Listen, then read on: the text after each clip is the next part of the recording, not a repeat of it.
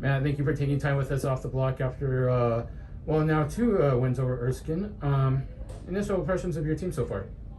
Yeah, first off, glad to get to be able to play with everything that's been going on after Christmas, having some issues, and yeah, not having a ton of team practices yet. So getting to play some matches and getting in the gym is awesome. So, what did you like from what you saw from your team so far? yeah, so I think the first set we sat out at 100%, which is awesome. And then yesterday when we played, I think our ace to air ratio from the service line was great. Today, the first set was a little bit of an anomaly for us so far, but yeah, I thought yesterday was awesome from that perspective. So, When you, my fellow off the block editor and senior contributor, Noah, I'm Mr. Negative, so I always have to ask a negative question. How do you balance what we consider January volleyball from things that you really are upset to see in terms of things that you want to improve on?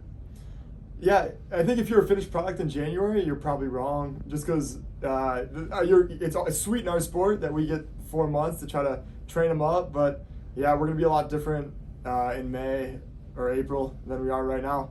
So it's good to have something to build on. So I think we're at a good place starting right there. In terms of preparation, how was this offseason different from the previous offseason?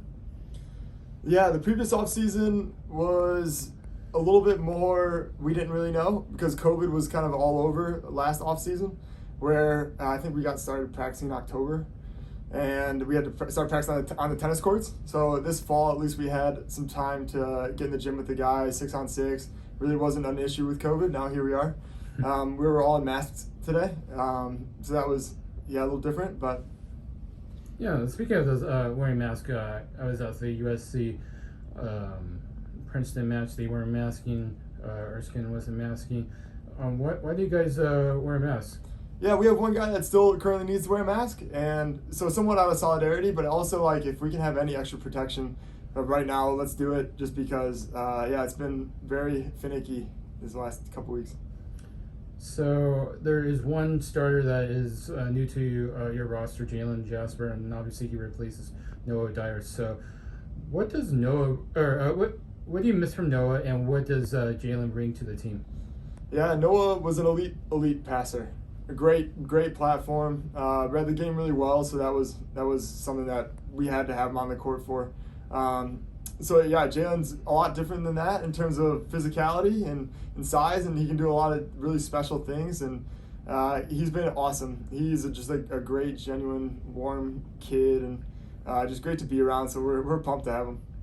Is there a culture difference between last year's team or this year's team, or is it just basically everything stems from Marv? Yeah, for sure, everything stems from Marv. I think within the whole program, not just the culture, but this year, pretty much the same. We lost 2 guys. We brought in a bunch.